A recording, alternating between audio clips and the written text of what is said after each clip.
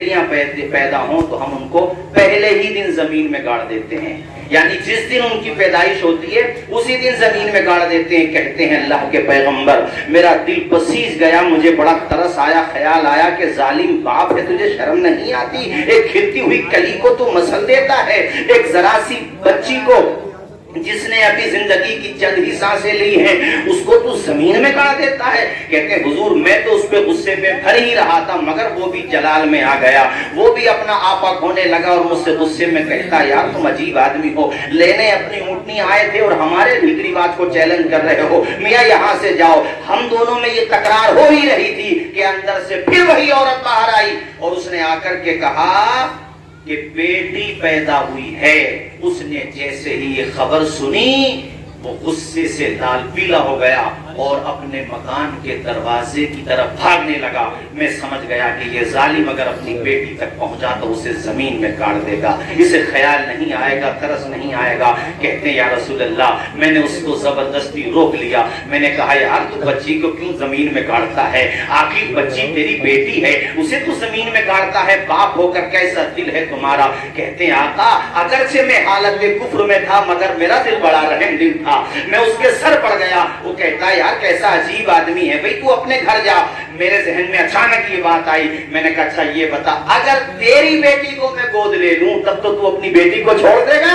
کہتے جب اتنا میں نے کہا تو اس کے قدم رکے اور وہ کہنے لگا چھوڑ تو دوں گا لیکن اس کے بدلے میں تو مجھے کیا دے گا؟ کہتے ہیں حضور میں نے ایک منٹ نہیں سوچا، میں نے کہا یہ جو دونوں اونٹنیاں ہیں نا یہ دونوں لے لے، اپنی بیٹی میرے حوالے کر دے، ذرا زور سے بولو سبحان اللہ۔ اسے رحم کہتے ہیں، اسے دیا کہتے ہیں، اسے انسانیت کہتے ہیں، ایک دوسرے کا درد سمجھنا، غم سمجھنا اسی کو کہتے ہیں۔ اللہ کے پیغمبر سے وہ سلسلہ کلام جاری رکھتے ہوئے کہتا ہے آقا وہ بڑا لالچی قسم کا آدمی تھا، کہنے لگا نہیں صاحب دونوں اونٹنیوں کے بدلے میں نہیں دوں گا اپنی بیٹی، یہ جس اونٹنی پہ تو سواری، جس اونٹنی پہ تو سوار ہو کر کے آیا ہے یہ بھی مجھے دے دے تب میں اپنی بیٹی تیرے حوالے کر دوں گا، تو اس کو پال لینا اس کا باپ۔ کہتے ہیں حضور میں نے یہ شرط بھی منظور کر لی اس لیے کہ تاکہ کسی کی جان بچ جائے، ذرا زور سے بولو سبحان اللہ۔